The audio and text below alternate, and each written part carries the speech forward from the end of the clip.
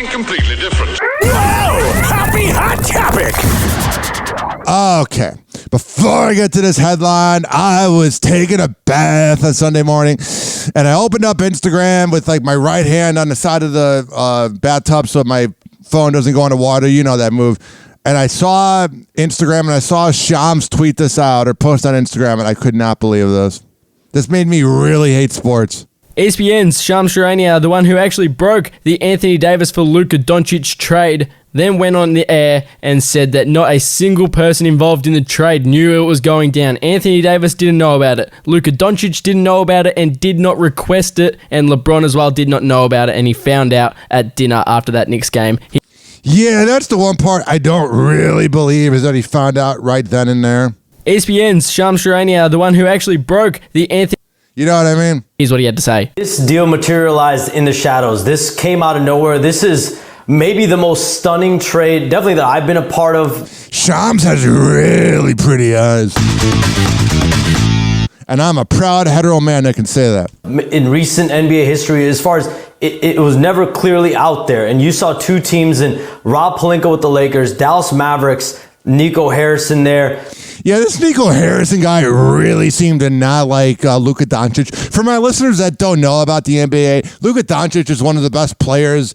He's like 25, but he's not in the best shape, and they didn't want to sign him to the $315 million deal in the next few years, so they kind of let him go. But this ain't it, man. This really makes me hate sports because he gets traded to the Lakers. Doing this deal, and I'm told Luka Doncic, Anthony Davis, LeBron James, the players, coaches, a lot of people on both sides with the Mavericks and Lakers had no idea. I can assuredly tell you it's a... I don't believe the LeBron part. Fact, LeBron James had no idea this... I don't believe that. ESPN sides with LeBron. ...was coming. Anthony Davis had no idea this was coming. I'm told Luka Doncic is still stunned about this trade. And the reports I'm seeing is that there was a bit of tension between Anthony Davis and the Lakers management after Anthony Davis went on ESPN and said that the Lakers need another big and that he prefers to play the 4 position. Well, he's better at that.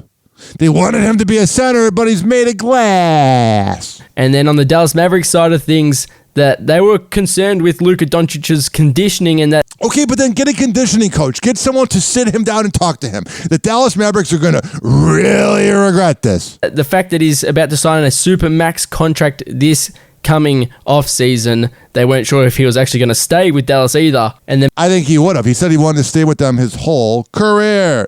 Because we have that right here. Luka Doncic just spoke out for the first time since the trade from Dallas to the Lakers, and he released a statement on his social media saying, "Dear Dallas, 7 years ago I came here as a teenager to pursue my dream of playing basketball at the highest level. I thought I'd spend my career here, and I wanted so badly to bring you a championship."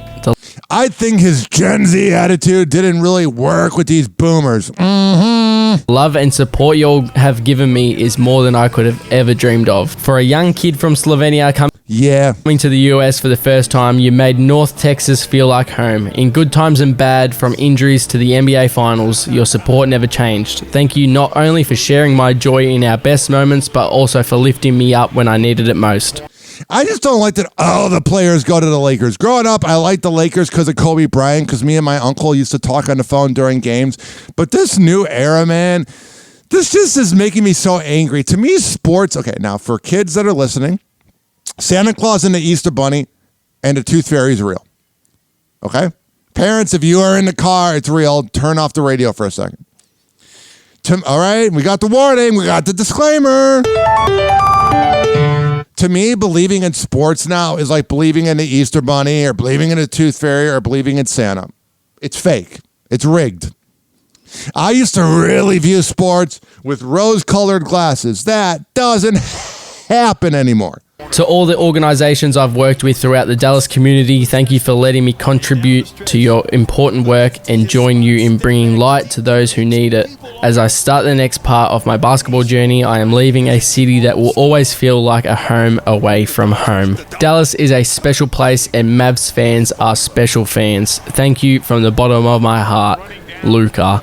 And then after releasing that statement to Dallas fans, he then posted on his Instagram story, resharing the photo of him joining the Lakers, saying, "Grateful for this amazing opportunity. Basketball means everything to me, and no matter where I play the game, I'll do so with the same joy, passion, and goal to win championships."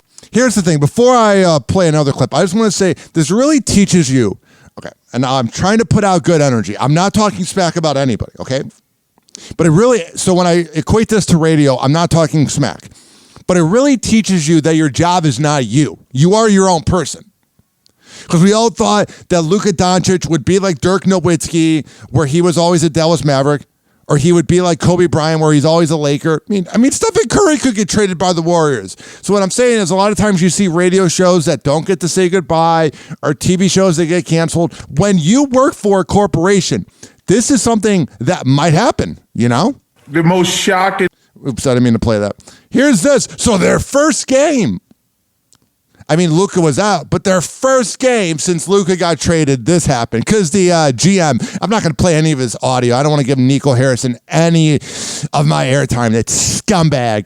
I even DM'd him on Twitter because he had DMs open, and I said, "You are everything that's wrong with the NBA." And I never really reach out to people negatively because I don't want to put out that energy because people do it to me sometimes, but I had to.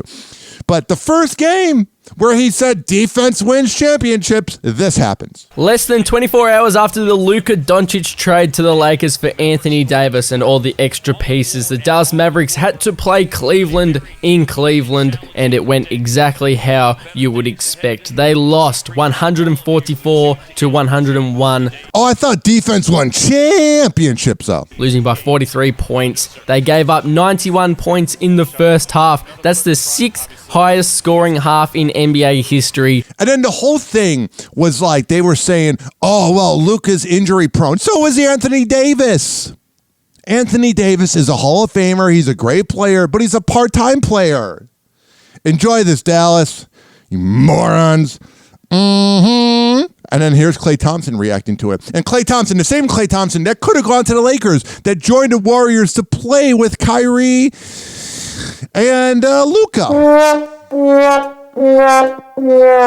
Klay Thompson obviously signed with the Mavs in free agency this past offseason. A large part to that was because of his friendship with Kyrie Irving, but also because he wanted to play alongside Luka Doncic. And now, obviously, Luka's been traded to the Lakers for Anthony Davis. And here's what Klay Thompson had to say about that trade. I wish Luka the best. I mean, it was a joy to play with him in those 22 games we were together. But we're going to obviously welcome AD with open arms. You know, obviously one of the best players ever, being top 75. Yeah, so top 75 is where you're the top 75 players of all time, and he definitely added that because Klay Thompson got left off the list. Being top 75, and this is the nature of the business. You have to be professional about all things in front of you, and I look forward to keeping the goal the same, and that's obviously to end it with our year on a win. But it's just a hard part of the NBA. You're such a student of the history of the game.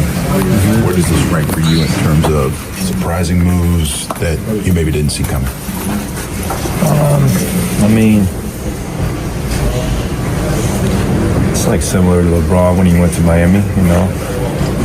Obviously, that was on his own accord, but still, Luka's puts up similar numbers to LeBron, so. That's a good point. And then there is this. Here are some of the fans outside of the arena in Dallas. Things are going really good in Dallas. I've been a Mavs fan my whole entire life since I've been a baby.